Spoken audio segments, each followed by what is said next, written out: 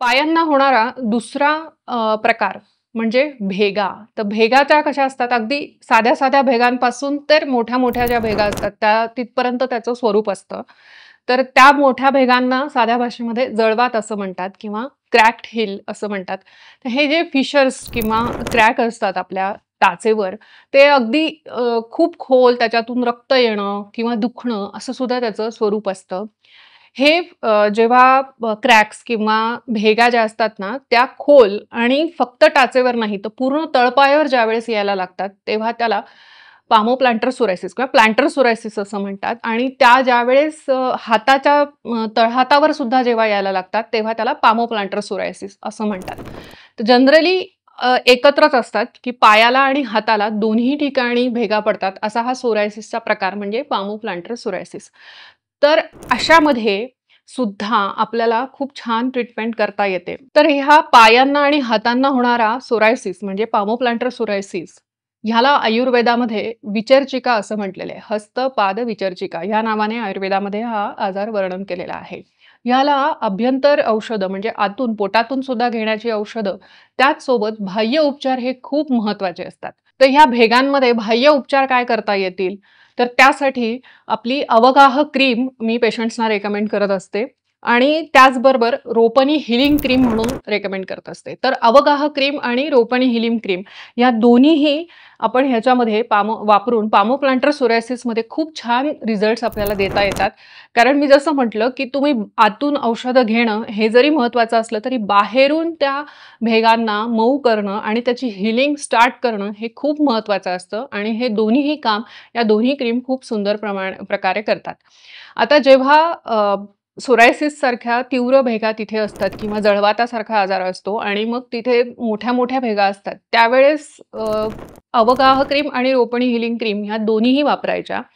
जेव्हा तुम्हाला कमी प्रमाणात भेगा असतील, थोड्याफार असतील, तर अशा वेळेस फक्त रोपणी हिलिंग क्रीम जरी तुम्ही वापरली, तरी सुद्धा त्याचा फायदा होतो. आता ह्या दोन्हीही कशा वापरायच्या?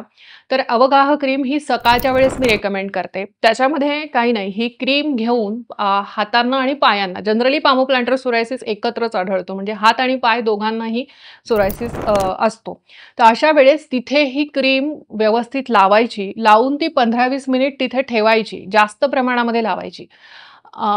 त्यासाठी मी सांगते, की तुम्ही एखाद्या डिशमध्ये किंवा टबमध्ये तुमचे हात किंवा पाय जे आहेत ते बुडवून ठेवा थोडा वेळ. ती क्रीम लावून त्याच्यामध्ये ठेवा. म्हणजे काय होईल, की तुम्हाला 15 ते 20 मिनिट त्याच्यामध्ये त्या क्रीममध्ये ते पाय किंवा हात जे आहेत ते बुडलेले राहतील. त्यामुळे तिथे जो स्नेहन म्हणजे अवगाह हा एक आयुर्वेदातील प्रकार आहे, की औषधी तेलामध्ये किंवा औषधी काढ्यांमध्ये आपलं अंगाचे अवयव जे आहेत ते बुडवून ठेवणे म्हणजे अवगाह. तर ही अवगाह क्रीम त्यामुळेच खूप सुंदर काम करते. तुम्ही जर 15 ते 20 मिनिट अशा प्रकारे जर पाय त्याच्यामध्ये बुडवून ठेवले, तर अवगाह हा व्यवस्थित होतो तुमच्या पायांना आणि हातांना. 15 ते 20 मिनिटानंतर ती एक्स्ट्रा जी क्रीम आहे तुम्ही काढून घ्या किंवा तिथेच व्यवस्थित चोळून लावा आणि हे सकाळच्या वेळेस करायचा हा प्रयोग. म्हणजे दिवसभर तो जो काही ओलावा आहे किंवा स्निग्धता आहे ती तुमच्या पायांमध्ये, तळपायांमध्ये, हातांमध्ये तशीच राहते. कारण पामोप्लांटर सोरायसिस म्हणजे शेवटी काय आहे, की अतिरिक्त प्रमाणामध्ये कोरडेपणा आलेला आहे त्या भागाला आणि त्यामुळे तिथली जी स्किन आहे ती फाटली आहे आणि मग तिला हीलिंग करणं हे गरजेचं आहे. मग हे सकाळच्या वेळेस अवगाह क्रीम लावल्यानंतर संध्याकाळी तुम्ही रोपणी हीलिंग क्रीम नावाची मी क्रीम सांगते, ती तुम्ही रात्रीच्या वेळेस लावायची. त्यानंतर तुम्ही सॉक्स घालू शकतात. तर अशा प्रकारे दोन्हीही क्रीम जर तुम्ही सकाळ आणि संध्याकाळ अशा प्रकारे जर वापरल्या, तर हे 7 दिवस हा प्रयोग केला, अवगाह करण्याचा प्रयोग जर तुम्ही 7 दिवस केला, तर तुम्हाला 7 दिवसानंतर विलक्षण फरक तुमच्या हातापायांच्या भेगांमध्ये दिसून येईल. कारण जसा सोरायसिस ट्रीट करायला कठीण असतो ना, तसाच पामोप्लांटर सोरायसिस सुद्धा ट्रीट करणं फार कठीण असतं. परंतु ह्या साध्या सोप्या उपायानंतर सुद्धा खूप छान रिझल्ट्स मला माझ्या पेशंट्समध्ये मिळालेले आहेत आणि ज्यांना साध्या भेगा आहेत त्यांनी फक्त रोपणी हिलिंग क्रीम लावली तरी सुद्धा त्यांना सुंदर फरक पडतो. अक्षरशः 1 महिना कंटिन्यू तुम्ही वापरा. तुमचे पाय नितळ आणि मुलायम होतील, भेगा पूर्णपणे नष्ट होतील. इतकी सुंदर ह्याच्यामध्ये हीलिंग पॉवर आहे. रोपणीचा अर्थच तो होतो. एखाद्या गोष्टीचं रोपण करणे, व्रणरोपण करणे. रोपण म्हणजे काय? की ती गोष्ट भरून आणणे अशा वनस्पतींनी सिद्ध असलेली ही क्रीम आहेत. ह्या दोन्ही पण क्रीम आहेत.